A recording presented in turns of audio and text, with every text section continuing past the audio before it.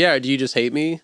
Yeah. You know, and like also, who's going to stop you? Capital W, we will. Like, that's it. The armed militia or whatever. You know, just as they would stop an assault of a woman in public, or Lenin is really spitting here because he's answering the questions in my mind as I'm thinking them.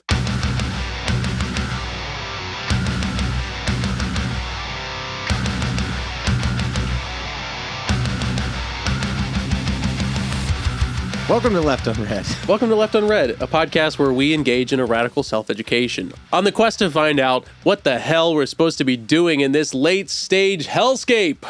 Yes. What is to be done? Yes. Is the ultimate question. Please not protracted people's war. Okay. My name is Aaron. My name is Will. And we are the two guys.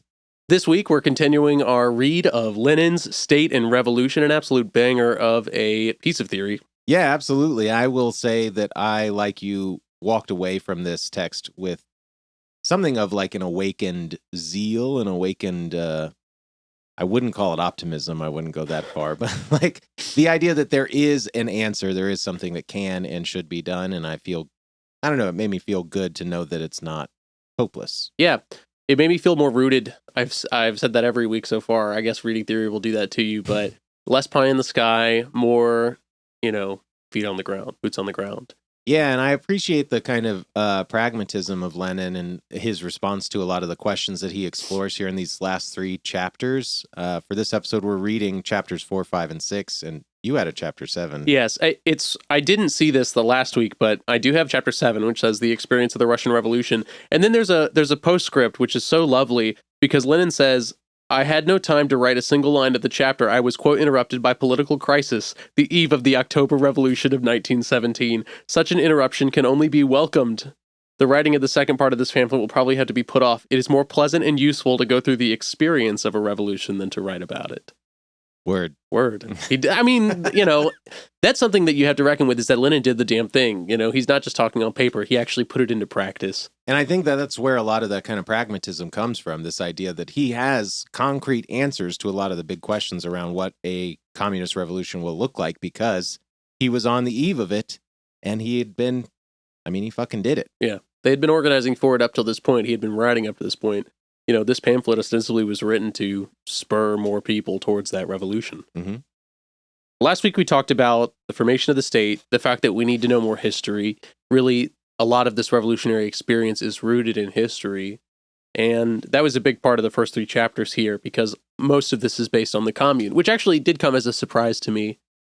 I didn't expect that. I mean, I've always heard the term scientific socialism, but it is really heartening to see that they're like, we're doing this based on evidence, not just the vibes. Yeah, not just some sort of utopian ideal. He says many, many times that they are not utopians, but instead, and in this latter half, he is quite laudatory toward Marx for the scientific approach that he takes to the theory.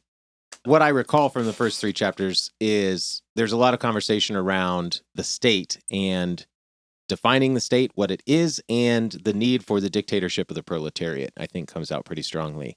Yeah, I think the latter half of this book really gets into more of the brass tacks of what it means for the state to wither away. Because at first read, you might think that's a little bit nebulous, right? What does that mean for the state to wither away? And I think Lenin puts it into terms and ideas that are much more concrete, even if they are still pretty abstract at this point. And Lenin recognizes that too. He says that, we won't know what the withering away really looks like until it's happening already. Mm-hmm. It's a bit of a dialectical process, I guess. Lenin makes a great quote in here about a man going bald by losing the last single remaining hair on his head. It's like you weren't bald before that because you have one little baby curl poking out of your forehead. I really appreciated that. It's like you still have that one little picking cowlick. And it's like, no, that's still a state. That's still a state. You're not utopian. I will say the other thing that came up in the first 3 chapters that we had questions about during the reading last time that I think he deliberately defines this go round is this idea of a primitive democracy. Yep. We weren't really sure what he meant by that at the start of the State and Revolution in these first 3 chapters, where he kind of name drops it a couple of times when we even talked about it on the last episode. And I think he gives a pretty clear, more definitive definition of that here in this section. Yeah, I also... One part that is really interesting from this second half is the overcoming of democracy. That wasn't something that I expected. A communist relationship with democracy is one that shouldn't seem so tenuous, but upon first read, it kind of did. Up until the point where he talks about how democracy will wither away, I was like, okay, how are we overcoming democracy? What is more equal than that idea? And I think he really puts it into terms here where the authority of democracy actually lies in a way that I think will make sense to many people. I'll be curious to explore that together and look at some of the quotes together and discuss that today, because I think there was something deep in my gut that when I think of the word democracy, what I'm thinking of is not necessarily a state apparatus, but something that demonstrates everybody's equal participation in decision making. Mm-hmm. And so every time he talked about overcoming or overthrowing democracy, it felt there was that Western education part of my mind that was like, that sounds like totalitarianism. Much the same. But I really appreciate when he said that democracy is still a subordination of the minority to the majority, even if we don't think about it in terms of like organized violence in the philosophical sense, then it still is. Also part of my Western upbringing that I was like, oh, we're going to get rid of democracy? Is that what we're doing here, Lenin? So I guess to start us off, let's just launch into the first topic here. You know, if you've been listening closely, you might realize that I'm a little more on the statist side of things, where Aaron here is a little more of an anarchist. And Lenin starts by pretty heavily knocking down most anarchists. Just shitting on anarchism. Yeah. Not that, again, that the internet is not real life, but most anarchist hate I've seen online is directed towards Lenin. What is interesting to me is that Lenin, at the same time, shits on anarchists quite a lot and explains why he thinks that they are wrong, while also being pretty sympathetic to the overall goal and recognizing that there is a shared goal between communists and anarchists. And I even have a quote in here where I said he ironically sounds a little bit like an anarchist. Why don't you start with your first quote? Yeah, I really like here, again, I'm on the well-read edition of this, State and Revolution, with the introduction by Alan Woods. And on page 61, he says that we do not differ at all with anarchists on the question of the abolition of state. Like, that is a common aim that we have. But then he continues, to achieve this aim, we must temporarily make use of the instruments, resources, and methods of state power. So they do talk about this later. I don't know if that's marked specifically, but there's a whole point where it's like the distinctions between communism and anarchists in chapter 6. But he's really just talking about the time frame of things. He's saying that they demand abolition immediately, where Lenin, at least, is more concerned with what is going to come after. You know, the goal is not the abolition of the state. The goal is the implementation of a communist mode of production. It's less so like, oh, we just have to blast the state and then we'll figure it out from there. It's like, no, we are going to get rid of the state. That's part of our process, but there is more to it than just that. What comes after is equally as important. Yeah, I had that exact same quote marked here, and it really seems to be about the kind of transitory form of state that Lenin interprets from Marx and then wants to put into practice and sees that as the primary distinction between communists and anarchists. Because he says that the resources and methods of the state power against the exploiters, just as the dictatorship of the oppressed class, is temporarily necessary for the abolition of classes. And so I think that's an interesting analogy that he makes, recognizing that if you want to create a dictatorship of the proletariat, or if you want to overthrow the exploitation of the proletariat, the first thing you have to do is become the dictatorship of the proletariat, where they have to use that apparatus of power to absolve their own exploitation, which I think is maybe oversimplified from an anarchist perspective as some sort of totalitarian response. I agree. One thing I think that Lenin gets at here that I don't necessarily agree with is that he says that the oppression of the resistance will be simple. He says that it will be simple to organize the now ruling class, which is the proletariat, into an organization that can suppress the bourgeois. And I think that that's a little pie in the sky, if you ask me, because they had a civil war right after. I mean, just to base it on the Russian Revolution, there was resistance that they did overcome it ultimately, I guess. So who knows? But what came out on the other end? Was it really a dictatorship of the proletariat? I don't know. Yeah, and I think that really comes down to class consciousness, essentially. There's going to be a divided proletariat until everyone has a shared consciousness. Obviously, there are certain goals or certain aims that can and probably are shared by the overwhelming majority of the proletariat, but not all aims or all goals are going to be shared by the proletariat, which is going to create some tension, even if the proletariat gain control over the mechanisms of the state and can use that to their own benefit. there's going to be disagreement about exactly what that looks like among the proletariat, in large part because there are different levels of class consciousness and different levels of, I don't know, other shit that divides people. You know what I mean? Yeah, I think Lenin does talk about some conditions here that are required for that. I mean, he says mass literacy, universal literacy is like a requirement for that kind of overarching class consciousness. And I do think that I agree. In part two, he talks a lot about how the Democratic Republic is like the closest step to revolution just because it allows more freedom along the proletariat to develop that class conscious, which is something I hadn't considered before. You know, it's like, even if this is kind of a facade of freedom that we live under, it's still capitalism in the end of the day. These boundaries still allow us to do what we're doing. I mean, even us, like specifically us. I don't know, if we lived in an oppressive dictatorship, could we record a podcast about overthrowing the state machine? I highly doubt it. Yeah, this would have had to have been an underground sort of thing if we were brave enough to participate in it at all in that sort of situation. Cool pen names. No, but I totally agree. I mean, I just think that it's an interesting point here. There are like goals to be met before, and I think that that's a point that actually you can connect with a lot of people for that. Right now, things that can be done to create at least the conditions for the creation of revolution or revolutionary ideals, at least. To bring it back to that kind of schism between communists and anarchists, I think that that's a very similar kind of situation because, again, they do share the abolition of the state as an aim, but they have a difference of opinion on the best way to get to that. And I think, like with anarchism, it really comes down to authority and hierarchy.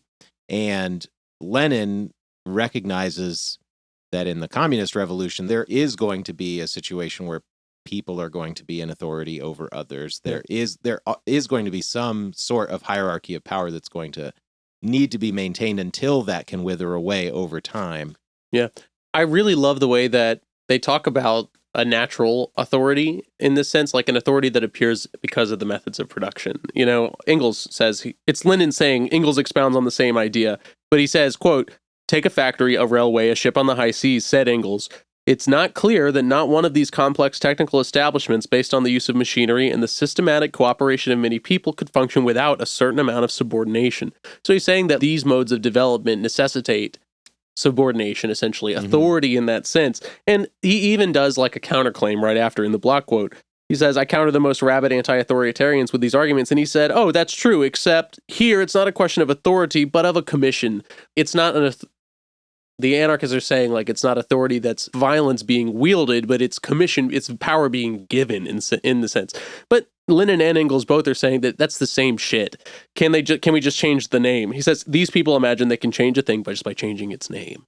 You know, it's like we're still talking about the same kind of coercive power. It's just that maybe anarchists have an image of more of a mutually shared power, whereas I do think communists have that same sense of mutually shared power, as in the means of production are owned by the community, by the people, by the workers. It's just in different words, so to speak. Yeah, and in that big block quote that he gives from Engels, there was a part directly from Engels that I liked a lot in response to that. Because he says, "But the anti-authoritarians demand that the political state should be abolished at once, even before the social conditions which brought it into being have been abolished." And I think that that's a really important reprobate of anarchism. I don't know if that's the right way to say it, but if we just abolish the state and move forward, we haven't done anything to change the material conditions that created the state in the first place. Yeah. And so the likelihood that it's going to rear up again, I think, is pretty high. I would agree with Engels there. Yeah. Yeah, even to go back to what we were saying earlier about the bourgeois resistance, I think that they're underestimating what the size of that resistance might be. Like I was thinking earlier, like Walmart, the Waltons have a bunker designed for when the popular revolution happens. You know, if the masses rise up, they can go to their fucking bunker. But they also would have like private militias, essentially. The bourgeois have such capital that they can pay for armies and states of their own, essentially. It's like, it's Blackwater is a thing. Yeah. It's not just a resistance as in they're like, oh no, don't take our money. It's like, no, man, they're going to violently fight us. I really like what you said about changing the material conditions. This didn't come from nothing. In fact, that's the whole definition of the state. He's saying that the state arises because of the class antagonisms. It's not a creation of us. It is something that comes of these conditions. It's birthed from that antagonism, yeah. Yes. It must be, because it is what allows the minority to control the majority in this sense. Yeah, exactly. Yeah. There was something that kind of stood out to me when he's still railing against anarchism in chapter 4. Lenin says, it's on page 318 of mine. It's right near the end of section 2. He says, the anarchist idea of the abolition of the state is muddled and non-revolutionary. And he claims that that's coming from Engels. He says, it is precisely the revolution in its rise and development with its specific tasks in relation to violence, authority, power, the state, that the anarchists do not wish to see. And I've never heard anarchism as being a perceived counter-revolutionary movement before. And it really gave me pause and made me think long and hard about that. Yeah, well, in chapter 6, he talks about the Plekhanovist corruption of these anarchist figures. He actually name drops Kropotkin in there, which I was surprised by because I have no clue what he's talking about. But I love, like, the internet divide is always in the Spanish Civil War, which I know little about. But there was a divide between the anarchist group, the CNTFAI, and the Stalinist Republicans that essentially led to the anarchists being crushed. And my heart kind of lies with them because that's most of the literature I've read from the anarchist side of things in the Spanish Civil War. But I can definitely understand the idea that they are a counter-revolutionary force in that sense. Hopefully that doesn't step on anyone's toes.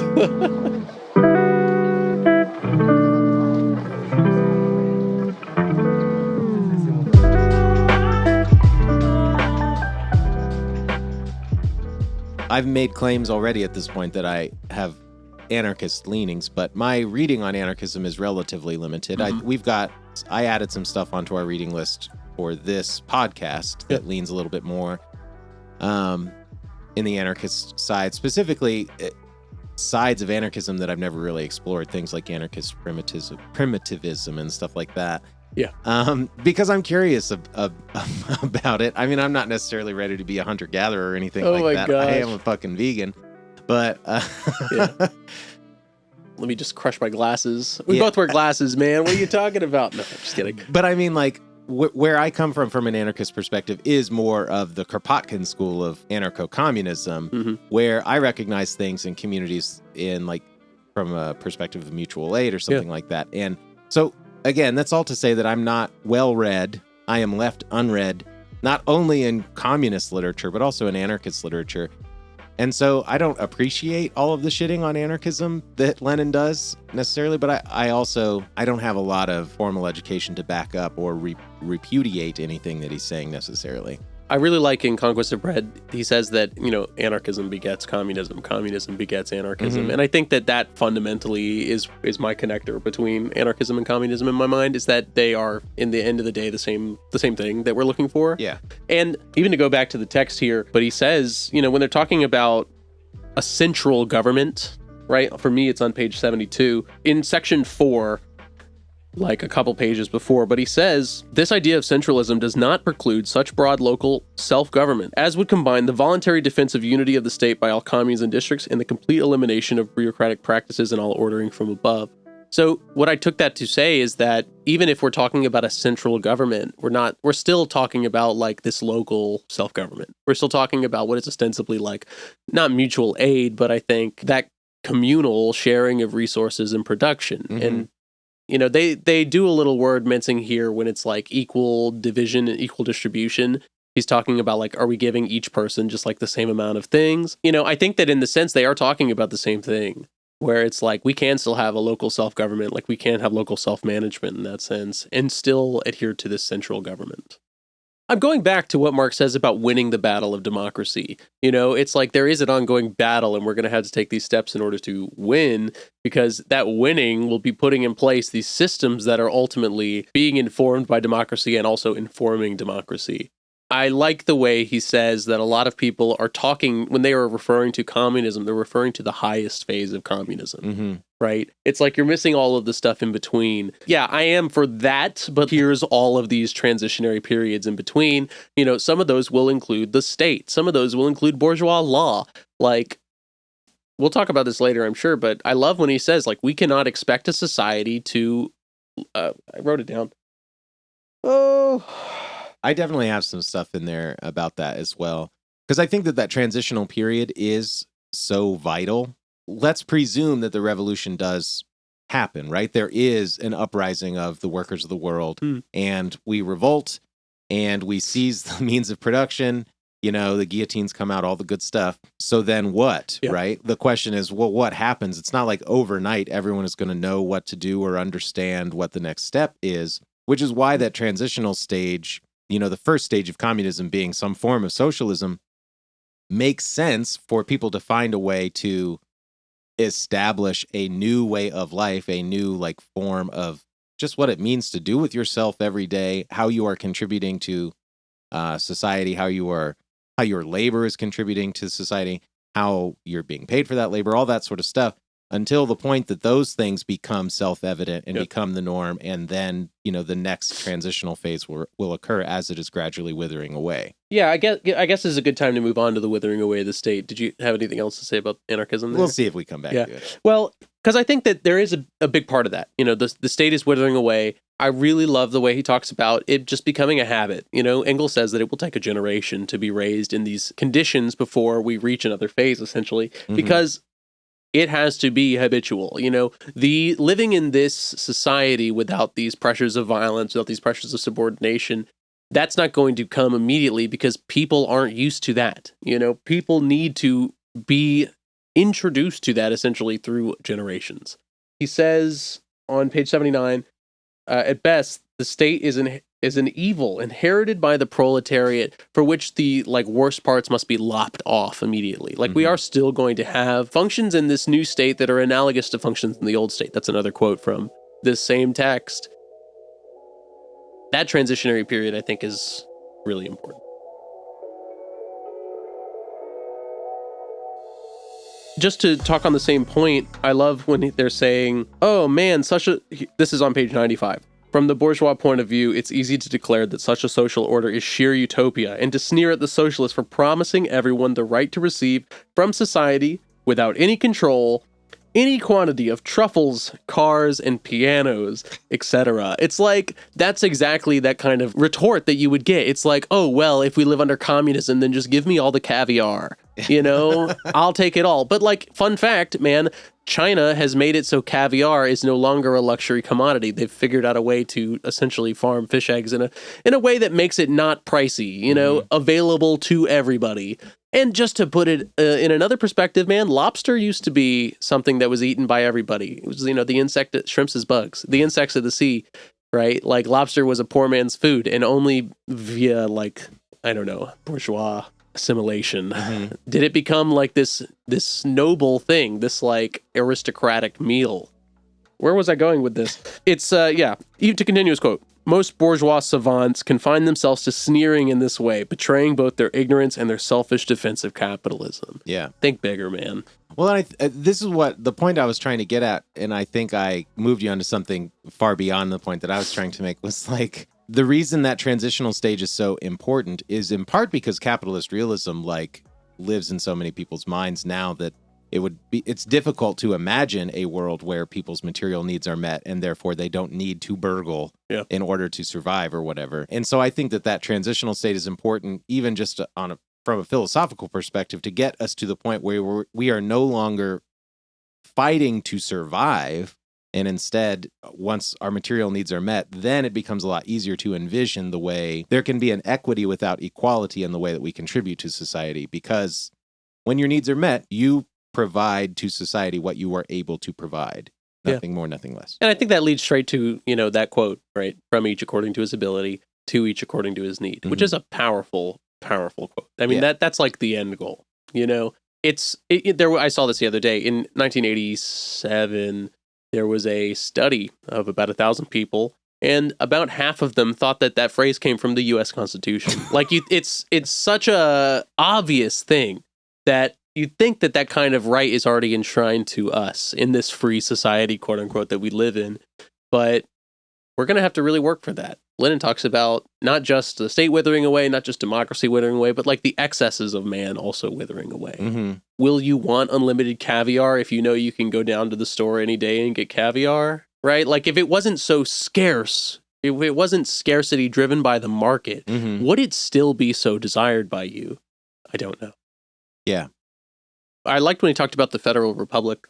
That's where I'm at. So he has this quote here where he says he's talking about Engels now. He says, Engels, like Marx, insisted on democratic centralism, on one indivisible republic. And then the quote, he regarded the Federal Republic either as an exception and a hindrance to development or as a transitional form from a monarchy to a centralized republic as a step forward under certain special conditions. And in these special conditions, the national question comes to the front. Yes. Here's where my autistic special interest comes into play, because the glorious nation of Yugoslavia was a federal republic because the national question was at the forefront of their mind. The reason that Yugoslavia was set up as a federal republic is because it was a state created of 6 different ethnicities, right? And rather than to put one ethnicity in charge, which they believed, rightfully so, would spark these like ethnic divides, they gave everybody essentially autonomy. And part of the Kosovarian issue was that Kosovo had a high percentage. There were more ethnic Albanians living in Kosovo than in Albania. And they were worried that creating another state would cause some kind of clash there. But the reason they had set it up in that first place is because they recognized the right of national sovereignty to all of these different peoples. The interesting thing is that as time went along, those ethnic divides started to decrease, even though these were ostensibly like, you know, the Bosnian Republic was mostly Bosniaks, right? But there were also Serbs and Croats that lived in there. Those ethnic lines were starting to disappear. Everybody was blending together. It's like that joke where it's like, just everybody fucking till you're tan. I've never heard that joke. I think it's Russell Brand or somebody. Oh, God. Jesus. Somebody where he's like, we just need everyone to fucking till they're a darker shade of beige. It's the same idea. It's like this is set up initially in a way that gives everybody self-determination, but ultimately the idea is that these lines would be removed. And I don't know for sure, but I think that the USSR was set up much the same way. You know, the Russian Federal Republic was only one of many Soviet republics in the USSR because of that idea of national determination. Yeah, so that part about the Federal Republic really spoke to me because I got really into my bag about Yugoslavia last year. I'm sure we'll come back to Yugoslavia at some point. Here's some stuff that Engels says, and then Lenin's response to Engels with regard to the national question, this idea of the Federal Republic or a centralized government. Engels proposes the following wording for the clause in the program on self-government, and this is a direct quote. It says, complete self-government for the provinces, districts, and communities through officials elected by universal suffrage, the abolition of all local and provincial authorities appointed by the state. Lenin goes on to say, it is extremely important to note that Engels, armed with facts, disproves by a precise example the prejudice that is very widespread, particularly among petty bourgeois Democrats, that a federal republic necessarily means a greater amount of freedom than a centralized republic. This is not true. In other words, the greatest amount of local, provincial, and other freedom known in history was granted by a centralized and not by a federal republic. Yes. One thing I really appreciate is that he talks about these material examples. You know, he says like a federal republic works in these places. It doesn't work in these places. To imagine the kind of republic that would happen in Switzerland, in Germany, would be complete chaos. And I think that that's something that like we're Americans, so we have a pretty unique situation. But I think that any communist has to kind of reckon with what their local conditions are in that sense. Maybe a federal republic is, you know, necessary as a transition, but ultimately the goal is still the same. Like we're still trying to do one socialism. I recognize also this point, and I agree with this point, that we think of a centralized state as somehow being inherently totalitarian or somehow inhibiting freedom, where it is in fact a more free situation in this implementation. Yeah, I think that the key thing is that he's saying that these appointments aren't going to come from one central place in the state, you know, like the ideas aren't going to come from one central location outwards. You're still going to have local self-government in the sense that your representatives are elected via universal suffrage. You know, these appointments aren't coming from on high. They're still elected via a democratic process. One thing I do want to say is that it really sparked a lot of joy in my heart to hear Lenin say exactly what I had stated in a previous episode. Let me just pull up the quote, but on page 89 for me, he says, Only in communist society, when the resistance of the capitalists has disappeared, when there are no classes between the members of society as regard to their relations to the social means of production, only then the state ceases to exist. It becomes possible to speak of freedom. Only then will a truly complete democracy become possible and be realized, a democracy without any exceptions whatever. And only then will democracy begin to wither away, owing to the simple fact that freed from capitalist slavery and the untold horrors, savagery, absurdities, and infamies of capitalist exploitation, people will gradually become accustomed to observing the elementary rules of social intercourse that have been known for centuries and repeated for thousands of years in all copybook maxims. They will become accustomed to observing them without force, without coercion, without subordination, without the special apparatus for coercion called the state. Just to go back to, these are the thoughts that you had when you're 5. It's these are literally the kind of things that are taught to you as a child that have been printed countless times. We already espouse these ideals as a society, but only once all of the exploitation, coercion, and exploitative rule has been abolished will people actually start to live by those norms. That really spoke to me. Yeah, he has another bit. I don't know exactly where you're at in the reading, but he has another bit when he's talking about the withering away of the state that I wrote in the margin. I just wrote the word social contract. It reminded me a lot of John Locke's philosophy around the social contract. And I think that speaks to what you're saying here. He said, only habit can and undoubtedly will have such an effect, for we see around us millions of times how readily people become accustomed to observing the necessary rules of social life if there is no exploitation, if there is nothing that causes indignation, that calls forth protest and revolt, and has to be suppressed.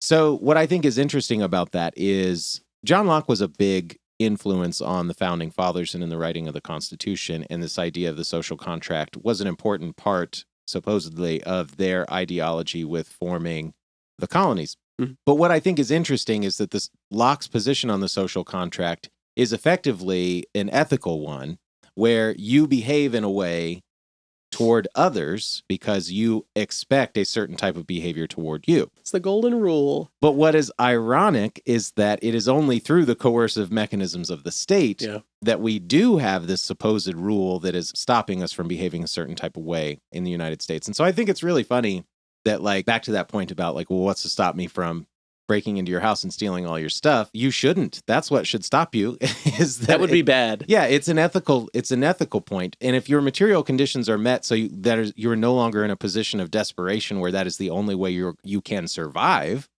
you especially shouldn't. You know what I mean? And I just think it's funny that we think of the social contract as somehow being a part of democratic rule, where really it's a much more communist kind of ideology, this idea of participating equally in a society because that's what you expect other people to do, so that's what you do. Yeah, I mean, to go back to the founding fathers, by the people, for the people, of the people, that is an ideal. That is really something that we should strive for. Yeah, that would be dope. Yeah, it's just that it's been, like, subverted by capital, Yeah. And when they talk about the withering away of democracy, I mean, Lenin talks about that continuously. The way that democracy is always hemmed by the narrow limits set by capitalist exploitation. Ooh, that's a banger line. Yeah. Yeah, it says, in capitalist society, providing it develops under the most favorable conditions, we have a more or less a complete democracy in the democratic republic, but this democracy is always hemmed in by the narrow limits set by capitalist exploitation, and consequently always remain in effect a democracy for the minority. I love later on, he says, freedom in capitalist society always remains about the same as it was in ancient Greek republics. Freedom for the slave owners. Yeah. I wrote that down in my notes because it was really striking. Wage slavery has its own connotations, but, like, it is, in the end of the day, slavery. If we're going back to that economic principle of voluntary, mutually beneficial transactions, that's what keeps the market going on the ideal level. If your option is to work on the plantation or to die of starvation, then it's not an option. Yep. And that's slavery at the end of the day. Yeah, that's coercion. Yeah. So it's much the same. I hate to sound, like, so frothing and angry, but, like, the capitalists are slave owners in that sense. 100%. They have the control. No matter how much kente cloth Nancy Pelosi wears on the fucking... That really is still in my mind, I'm sorry to say. Happy Black History Month, everybody. Did you see the quote where she told the protesters to go back to China? Go back to China! Ah! Yes. I had that exact same quote. It's worded a little differently about democracy in my text, highlighted as well. He says a couple of other things about democracy that I'd like to highlight here. Yeah. And I think he comes back to the dictatorship of the proletariat in response to that. First, I'm going to go back a little bit to the end of chapter 4, where Lenin writes about democracy. He says, no, democracy is not identical with the subordination of the minority to the majority. Democracy is a state which recognizes the subordination of the minority to the majority, i.e., an organization for the systematic use of violence by one class against the other, by one section of the population against another. And then later in chapter 5, he writes, no, development towards communism proceeds through the dictatorship of the proletariat. It cannot do otherwise, for the resistance of the capitalist exploiters cannot be broken by anyone else or in any other way. Yeah. That just speaks to me as like we're talking about the kind of concrete conditions, concrete steps that need to be taken. Like he's not speaking in the abstract here. Yeah. He's actually laying a foundational framework that I think is true. If we're talking about democracy and seeing this idea of democracy in the West, at least, as being synonymous with the suppression of the majority by the minority, freedom for the slave owners, like he says, then the only thing that can stand against that is for the majority to bandy up and revolt against the minority. Yeah. And the suppression of that minority is still, I would add, not a suppression of democracy. Right. Because democracy, like you mentioned earlier before, is, by its very nature, some form of coercive suppression of the majority against the minority. Yes. I mean, I think our perceptions of democracy are really tinged by America as well, because we think of it as like a first past the post ideal. You know, like, oh, the 51% is suddenly holding down the 49%, but it's not like that. Yeah. You know, even if it seems that way in America, just because of our lovely two-party system. Can I add one more thing about Please. democracy here? This is right after the quote about the resistance of the capitalist exploiters, where he's calling back to the dictatorship of the proletariat. He says, but the dictatorship of the proletariat, i.e. the organization of the vanguard of the oppressed as the ruling class for the purpose of crushing the oppressors, cannot result merely in an expansion of democracy, simultaneously with an immense expansion of democracy, which for the first time becomes democracy for the poor, democracy for the people, and not democracy for the rich. The dictatorship of the proletariat imposes a series of restrictions on the freedom of the oppressors, the exploiters, the capitalists. We must crush them in order to free humanity from wage slavery. Their resistance must be broken by force. I think that there's a gut check like response to a lot of what Lenin has to say for a lot of people, maybe for anarchists specifically, where they're like, that sounds like totalitarianism, bro. But you brought up something in the last episode when we were talking about the gulags. I think I cut all that out. Yeah, about the gulags. But there is a point where it's like, what do you do with somebody who's what are you supposed to do Yeah. with a minority that is working against the interests of the majority, right? Like, what response is there other than some form of coercive force? Yeah, what do you do with those people that have no desire other than to obliterate what you're creating? Those people will exist. What do you do with them? It is a really tough question. Because at the end of the day, it is some form of subordination. It is some form of violence. I think the easy answer is that you favor the majority. You favor, like he says, democracy under the dictatorship of the proletariat will be, for the first time, democracy for the poor. And obviously, then we are experiencing a higher form of freedom in that case. There are going to be people that resist that. Yeah. Well, this is a little bit of an idealist thing from Lenin, but I really like when he says, once that happens, like that resistance will be there, but it will not be possible for that resistance to be concentrated because it will be impossible for the means of production to be seized by a private force. He's saying, like, we will have created an environment where you cannot have that kind of resistance, you know? And if we're talking about like an ideal revolution where the capitalists are expropriated, which, by the way, sounds nice, but is a horribly violent word, okay, to expropriate somebody, that's fucked up. What will they have left with to resist us? That sounded like some real Red Terror shit. When I was reading up about Lenin, too, I saw a lot about like the Red Terror, which I have no knowledge of, but he's following on his own ideals. He's doing exactly what he said he would. It's like, we have seized the power. Now we must we must suppress the resistance, you know? And the rest of the world's like, you're doing a red fascism, bro. Yeah. What do you do with those people? That is a tricky one. So Lenin quotes Engels, and then is talking a little bit about religion in the communist state. It feels oxymoronic to say it, but in a post-revolution communist world. And he says, Engels deliberately emphasized the words in relation to the state as a straight thrust at the heart of German opportunism. Another boxing metaphor, might I add. Is it? A straight thrust? Okay. Like he's throwing a punch, dude. As a straight thrust at the heart of German opportunism, which had declared religion to be a private matter in relation to the party, thus degrading the party of the revolutionary proletariat to the level of the most vulgar, free-thinking Philistinism, which is prepared to allow a non-denominational status, but which renounces the party struggle against the religious opium, which stupefies the people. Right. Yeah, I mean, it goes back to the opiate of the masses idea that Marx has.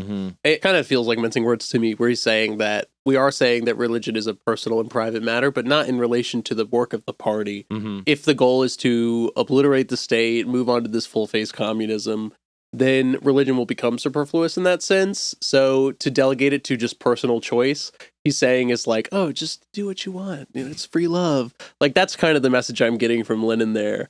Yeah, I read that as very much my interpretation of that, again, as an atheist, so I'm coming at this with my own baggage, but my interpretation of it was like, put the party over your God, do what the party needs, and then you can fiddle around with your God if you need to after that. Yeah. Yeah. In the same way, he talks about the family in Principles, where he said that it will just become a private matter. You know, it's the same thing. It's like, that's great. Do what you need, but also we're doing communism over here. You know, we're doing a communism. Don't mind us.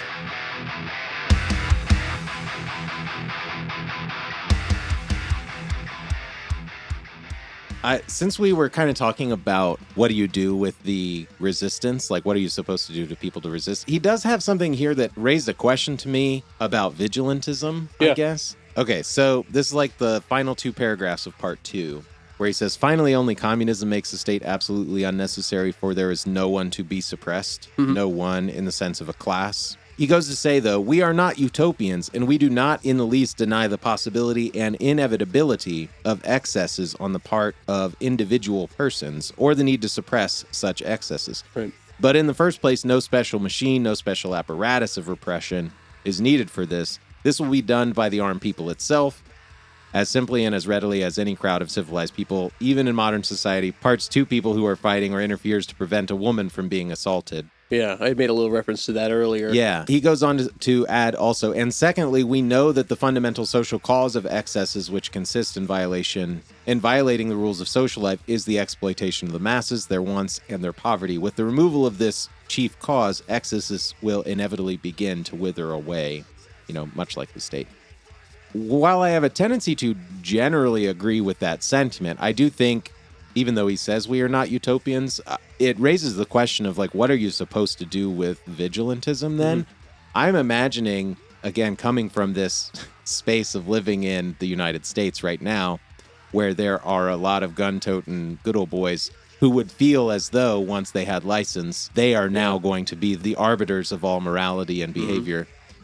Like, what are you supposed to do to avoid that becoming a real fucking problem? Yeah, that is a tough one. And it goes back to what we talked about on the last episode, I think, where you can't have it. I don't think it's possible to have a fully armed population. Yeah. So what's to stop those people from essentially making themselves into deputizing themselves as like the fucking sheriff? Yeah. I'm sure that they would say, like, create the conditions where that's not a possibility. But if we're talking about a transitional phase, what's to prevent that? I think that is something that definitely has to be reckoned with. And I guess that it has to do with, the party line is one thing, which I'm not super comfortable with. But the party line, and then also, like, a mass education of the people. They have to have everyone into one school of thought, the thought that is step in and stop a scuffle. I'm not sure. I do agree with you that it feels a little utopian in that sense, where he's just like, the people will just sort it out. Yeah, well, and my limited historical understanding in a post-Lenin USSR, I know what Stalin's response was. Yeah, and, the bullet. I'm not exactly comfortable with that either. But I do generally agree with the second part of it, where he says, meet the material conditions, no longer have an exploitation of the masses, and then you won't need to deal with that sort of stuff so much because those sorts of situations won't arise any longer.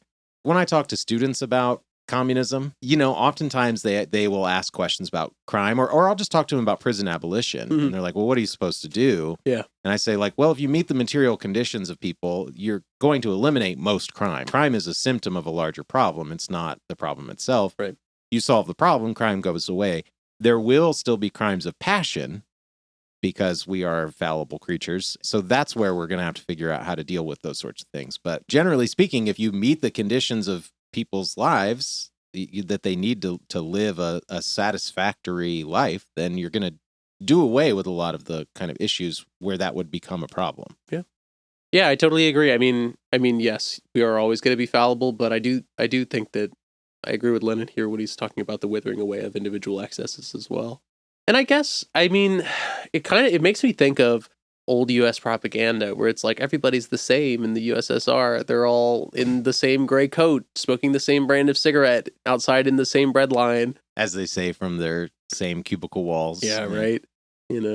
I can't buy 6 different kinds of Lay's, dude. What will I do with my life?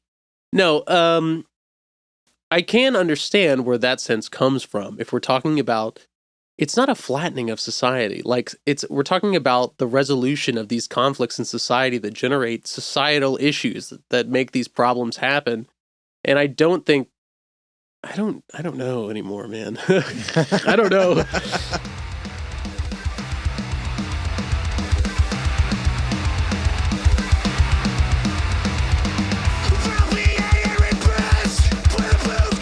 I do agree with your sentiment that having an armed population is not going to be as easy as Lenin seems to think that it will be. Certainly not to have one that is organized. Maybe they're just armed with knowledge.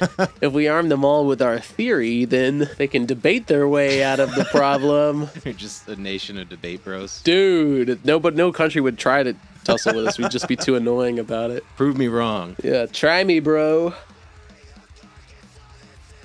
When it talks about the remnants of the old surviving in the new, that confronts us in all life. That kind of goes back to even the anarchist idea, the anarchist versus communism debate, where he's saying, abolish the state, obliterate the state. These anarchists have an idea that we're just going to destroy the state and then not know what to replace it with. But I think that 2 points that Lenin makes is that, one, the state we currently live in is not state socialism. He makes it really clear that state capitalism is still capitalism in the end of the day. Yeah. No matter how they do the metrics or how they monopolize or whatever, that's still capitalism. So it's still exploitation. But on top of that, he says also that we are confronted by remnants of the old surviving in the new all the time. The state shouldn't surprise us, especially if we know that we're transitioning from one point to that higher phase of communism. And that's something that it was a little bit reassuring. It's like, yeah, we will still see parts of the old state. Like, I think that there is an idea that when we obliterate this capitalist hellscape, there will be something different, like completely different, put into its place. But in reality, the society that we're envisioning is not so far off of the society we have today. It's just that the conditions that create these issues will be removed forcibly by the people.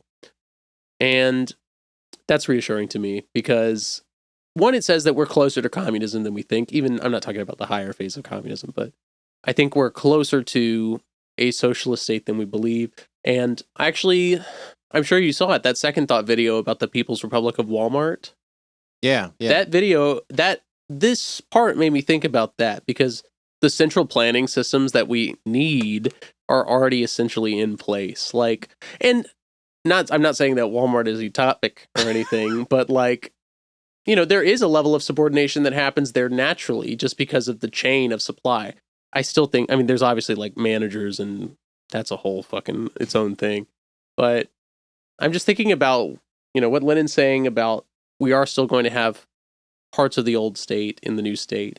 There are functions of the new state that are analogous with functions of the old state. There's going to be some transitional stage. There needs to be some sort of transitional stage where, there's a Walmart fucking every 3 miles or whatever the fuck all across the nation. So it would make sense for us logically if we overthrow the government or whatever, we start the new state to use Walmart in its distribution situation to get goods to all of the people. That doesn't mean that it's going to still operate under the same conditions of exploitation that have created the Waltons, you know what I mean? But it is a mechanism that can be used by the people in a meaningful way until some sort of new infrastructure is built under a centralized vision. Fucking hate Walmart. I was just thinking about that. Walmart fucking sucks. Yeah. Yeah, so with the withering away of the state, maybe to close, Marx says, Lenin quotes Marx saying, "Nevertheless, the different states of the different civilized countries, in spite of their own varied diversity of form, all have this in common, that they are based on modern bourgeois society."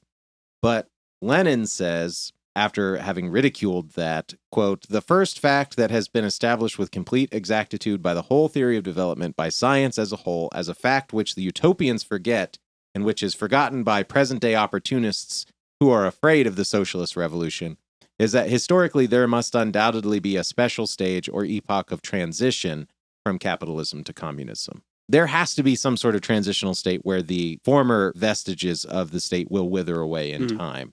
But that transitional state is a necessary state. And it's also to say that it's like, even if it has the vestiges of the old state in it, it's not the old state. Yeah. The conditions of the violence are different. You know, it's no longer the minority suppressing the majority, but the majority suppressing the minority. And I think that's totally righteous.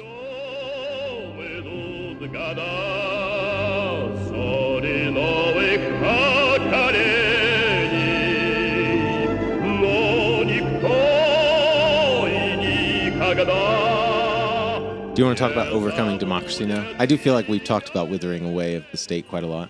Yeah, I mean, we did mention, you know, what it means for democracy to wither away, but I think that this was probably the most difficult part of this book for me to digest, besides the 6th chapter, which is mostly him just dunking on contemporaries.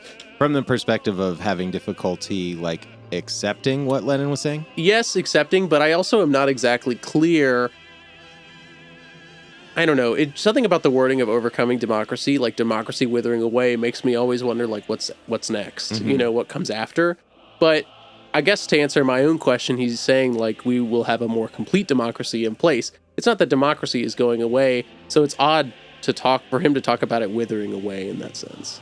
Yeah, and I think where my confusion was, or I don't know, maybe it's a misinterpretation of Lenin, but what I'm hearing, when I see the word democracy, I'm thinking philosophically about what democracy is supposed to represent. Lenin seems very much to be talking about democracy as a state apparatus that is a realist state, not like what democracy, but instead he's talking about actual quote-unquote democracy that exists. Like present-day democracy. Yeah. Okay. And so that's how I became more comfortable with all this rhetoric around like overcoming or overthrowing democracy. Because he's still, at that time, talking about suffrage, talking about universal suffrage as an integral part of the state after democracy is overthrown. And he uses a lot of examples to talk about how there will actually be more freedom and more opportunity for people to participate than there is under democracy, which I think made me feel more comfortable with it. Yeah, that's totally fair. I think I was just having trouble understanding exactly where he was coming from. I think I hadn't made that connection about, like, he's just talking about present-day democracies. Well, so, like, one example, in Chapter 4, near the end of Section 5, he gives this long-ass Engels block quote, but right before it, he says, "Fully consistent democracy is impossible under capitalism, and under socialism, all democracy withers away." And he goes on to say, "Taken separately, no sort of democracy will bring socialism, but in actual life, democracy will never be taken separately. It will be taken together with other things. It will exert its influence on economics, will stimulate its reformation, and in its turn, it will be influenced by economic development," and so on. Such are the dialectics of living history. Yeah. Which I think you maybe referenced that already before. I had that part specifically I had mentioned earlier because it made me feel more confident in my own dialectical thinking. It's like, oh yes, I don't want to be so buzzwordy, but like, you know, the antithesis and the thesis and the synthesis, you know, it's like these are two forces that are building upon each other, and what comes out of the other end is something different. Yeah, and he gives this long-ass Engels quote. Which is a banger, by the way. I wrote the whole thing bangs in my notes. I'm like, wow, this is incredible. Well, and then Lenin's response to it, he gives 2 points, and the first point is the one that stands out to me. He says, first, the fact that Engels said that in a democratic republic, quote, no less than in a monarchy, the state remains a machine for the oppression of one class by another, does not signify that the form of oppression is a matter of indifference to the proletariat, as some anarchists teach. A wider, freer, and more open form of the class struggle and of class oppression greatly assists the proletariat in its struggle for the abolition of all classes. Yeah, I think I dipped into this section when we were talking about the withering away of democracy, of the state earlier. Okay. Because this is what I was talking about when he's saying, like, a democratic republic is more allowing than other forms, you know? And he says that a lot throughout this. It goes back to when he's talking about how there will have to be a generation raised in these consequences. He's saying here in the block quote, the Engels block quote, that the idea of the state is like this heavenly idea. It's the kingdom of God on earth, translated into philosophical terms, you know, but in reality, the state is nothing. Yeah, this is what I quoted earlier. In reality, the state is nothing but a machine for the oppression of one class by another, and at best, it is an evil inherited by the proletariat after its victorious struggle, whose worst sides the victorious proletariat will have to lop off as speedily as possible.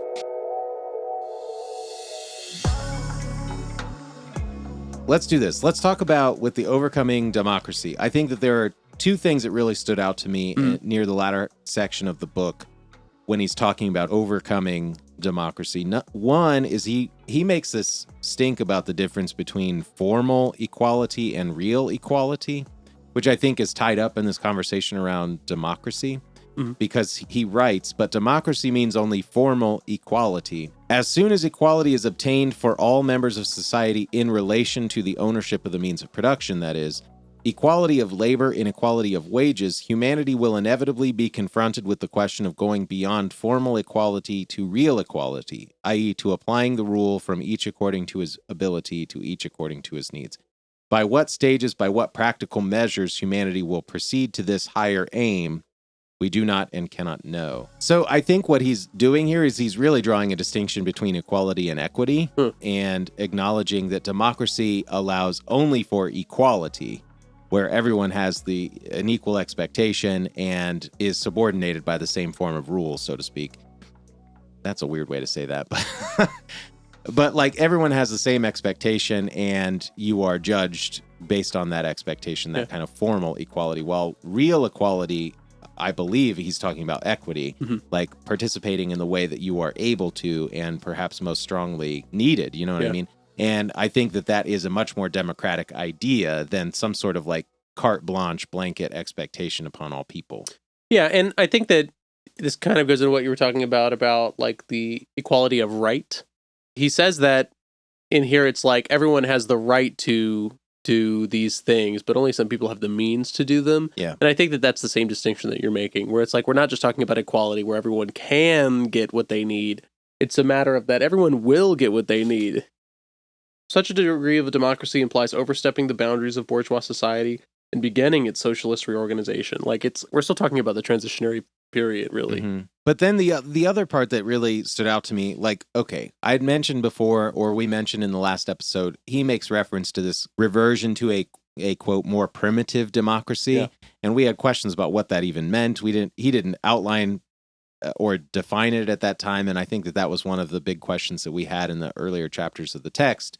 I was like, what does that even mean? And I think we came up with our version of what we thought that meant at the time. But he does actually finally get to something of a definition of it right before he starts shitting on Kautsky again. Oh, yeah. Or no, right after he's shitting on Kautsky. This is like very near the end of chapter 6. He finally gives us a sort of definition of what he means when he says primitive democracy. Because he writes, as a matter of fact, the trade unions did not develop in absolute freedom, but in absolute capitalist slavery, under which a number of concessions to the prevailing evil, violence, falsehood, exclusion of the poor from the affairs of the higher administration, cannot be avoided. Under socialism, much of the, quote, primitive democracy will inevitably be revived, since for the first time in the history of civilized society, the mass of the population will rise to independent participation, not only in voting and elections, but also in the everyday administration of affairs. And I think that this is his way of giving us a definition of what he means when he says primitive democracy. I think that's what he longs for under communism, this more primitive democracy. So when he's talking about overthrowing democracy, what he's really talking about is overthrowing the state apparatus that subordinates or withholds freedom from people, that limits the vote, because he even talks in here about the West and he mentions at one point that like women in the West don't have the right to vote, yet we still think of that as suffrage being universal there. Yeah, just to speak on that for a second, I love in earlier in chapter 5 where he's talking about the Social Democratic Party in Germany, and he says, what's the largest proportion of politically conscious and active wage slaves that have so far been recorded in capitalist society? So like, what's the high watermark for our current democracy? And he says 1 million members of the Social Democratic Party out of 15 million wage workers, 3 million organized in trade unions out of 15 million. So that's like just a really concrete example. Is like, even in our most expanded democracy, even in our most free quote unquote society, you still have literally a fraction. I mean, 1/15 or 1/5 of the workers are even in a position where they could obtain some kind of consciousness. Yeah, and it's even at the end of chapter 5 where he says, to continue that thought, he says, the more complete democracy becomes, the nearer the moment approaches when it becomes unnecessary. The more complete democracy becomes, the nearer the moment approaches when it becomes unnecessary. I interpret that to mean the more participatory a true democracy becomes, like the more opportunity every individual has to participate, the less necessary it is to have any sort of state apparatus that makes that the reality. That's logical to me. Again, It's hard for me to imagine from a capitalist realist perspective what that would actually really look or feel like, because I feel very much my understanding of voting is an exercise in futility. And so it's hard for me to see it as something, I don't know. It's just hard for me to wrap my head around that. It's an interesting idea. I'm just trying to think about it now. It's like, if everybody were to be knowledgeable and vote on an issue and then act in the way that their vote predicted, I guess, like how would that work out? One thing I wanted to talk about is bureaucratization, because he does speak a little bit in chapter 6 about bureaucracy. And I think that's, especially if we're going to delve into the histories of actually existing socialism, that's going to be a huge point. How did these governments avoid bureaucratization? And maybe how did they not so much avoid bureaucratization? Because, I mean, just to give a blanket definition, Lenin says here, this alone is the reason why the functionaries of our political organizations are corrupted, or rather tend to be corrupted by conditions of capitalism, and betray a tendency to become bureaucrats, i.e., privileged persons divorced from the people and standing above the people. So, I know that ultimately, if we're talking about a transitionary period, the idea is for the state to wither away. But in the meantime, if we're going to have these people, these ministers and officials in places of power, how do we prevent them from becoming above the people? How do we prevent that class from becoming above the people? One thing Lenin says in here is that kind of mass participation that we were just talking about when it comes to democracy, and I think those two things do go hand in hand. But that's also a tricky tightrope to walk, because not only do you need to diminish the functions of the state to the point where anybody can do them, you also need to raise the people to the point where they can perform those duties of the state, to the point where anyone can do them. I mean, that's Lenin's ideal here, is that any person would and will do these administrative tasks. They're no longer tasks of exerting power, but now just tasks of administration, data tracking and metrics and that kind of thing. How do we expect that to happen? Yeah, that's a fair question. I think we think of those things as being reliant on education and specialization to a point where there is a gateway to entrance, you know? So I don't know. I mean, I think it's hard for me to think of it outside of the lens of Western United States politics or whatever, but I think there's something valuable in the idea of believing that any random person on the street can and perhaps should be making decisions at that level of bureaucracy, you know, because they would bring with it an experience that's not completely separated from the experience of the average person, which is what happens now when you have like a ruling class of oligarchs that make all of those decisions. But at the same time, like, am I going to ask some random person on the street a question about like trade routes? You know what I mean? Like, I'm having trouble thinking of a way that we could streamline the process of running the mechanisms of the state to a point where anyone could do them effectively. But once you create a situation where there is some sort of distinction among people like that, then you're creating a corruptible class. Yeah. Maybe this is a window into the history of things, but he says here, just to follow up, even that is the essence of bureaucracy. And until the capitalists have been expropriated and the bourgeoisie overthrown, even proletarian functionaries will inevitably be bureaucratized to a certain extent. And it makes me think of the Soviet Union because that was like that's the big thing, is that they were corrupt bureaucrats, right? Like that's the popular conception of the Soviet Union, is that it's like these are all cronies, and the Politburo it's like political backstabbing and whatnot. Yeah. I think that's the fear in my mind, How can we, in our transition, I know we're jumping the gun on the revolution here, but like, say the revolution happens, like, how do we put these systems into place and prevent those things from happening? We have history, many, many histories to show us that this will happen. Even the most successful, quote unquote, socialist revolutionaries are running into those same issues. Like the Soviet Union obviously has been obliterated, even though that's under the boot of capitalism anyway. Yeah. Same with China. We're going to have to get into that at some point, not anytime soon, I think. But like the transition from Mao to Ding is crazy. And it also really pains me to look at China today in the same way, because I want to believe that they still have those socialist ideals, but it's really tough. Same with Vietnam. Like Laos is still communist. Vietnam's still communist in name, at least, right? Has their historical progression come because of that kind of bureaucratization that Lenin is talking about here? Are there still elements in those countries today that are what we are looking for when we're talking about a society that is transitioning? Can you say that these actually existing socialisms are still in the transitionary stage to communism anymore?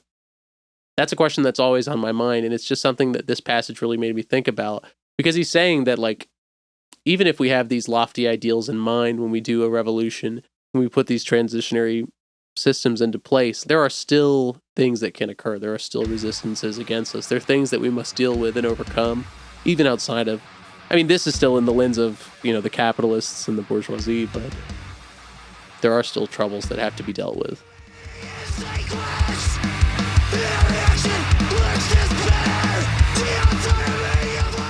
All right, well, let's wrap this thing up with some big picture questions.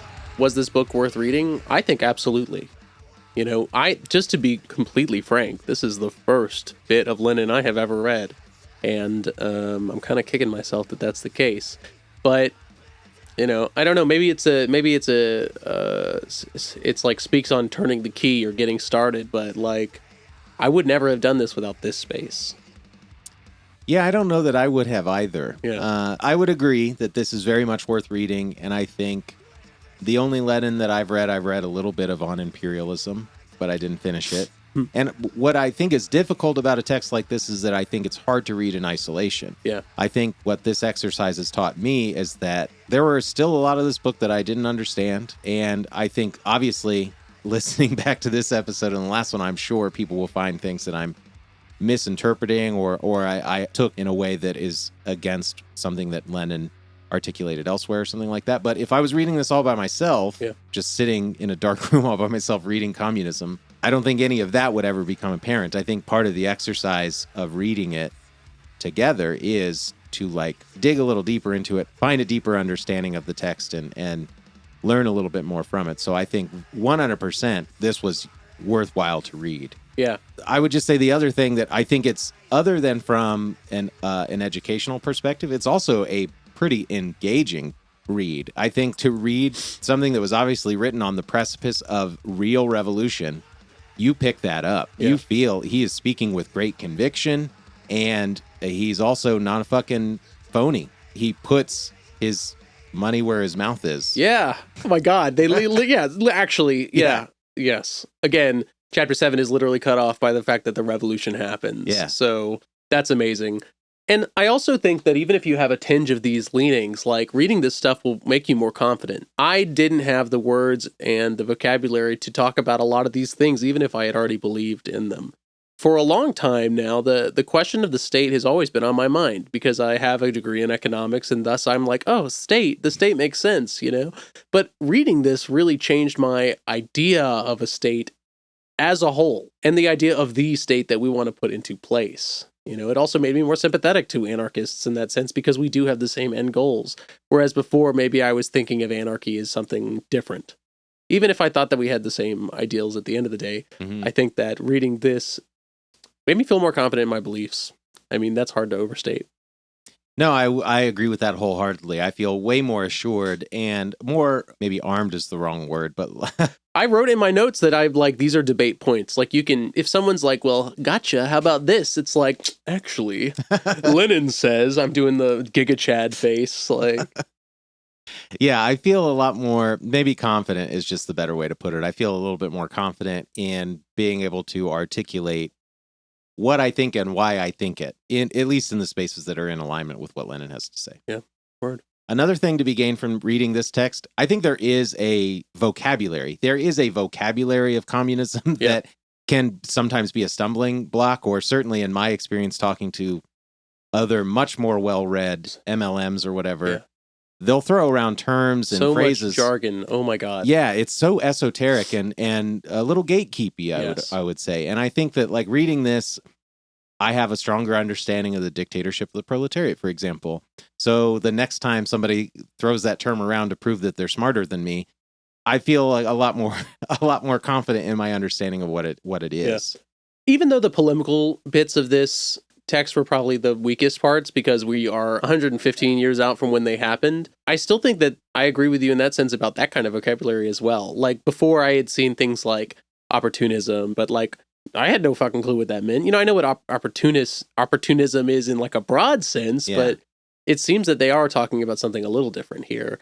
And I think that reading this did give me a clearer understanding of that as well. Not that I don't want to become a jargon heavy person. Like, I don't want to be like, that's opportunism.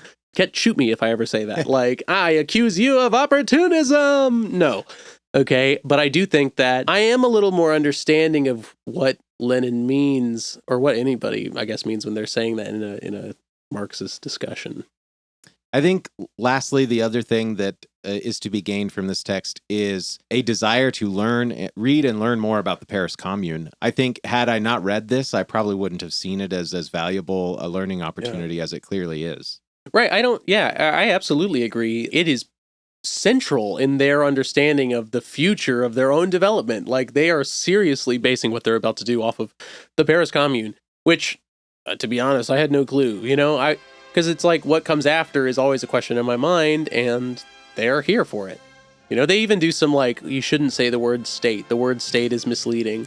Maybe commune is a better word overall. Mm-hmm. There's a little bit of that linguistic debate in here too, which I do appreciate. Yeah, I think it's kind of fun.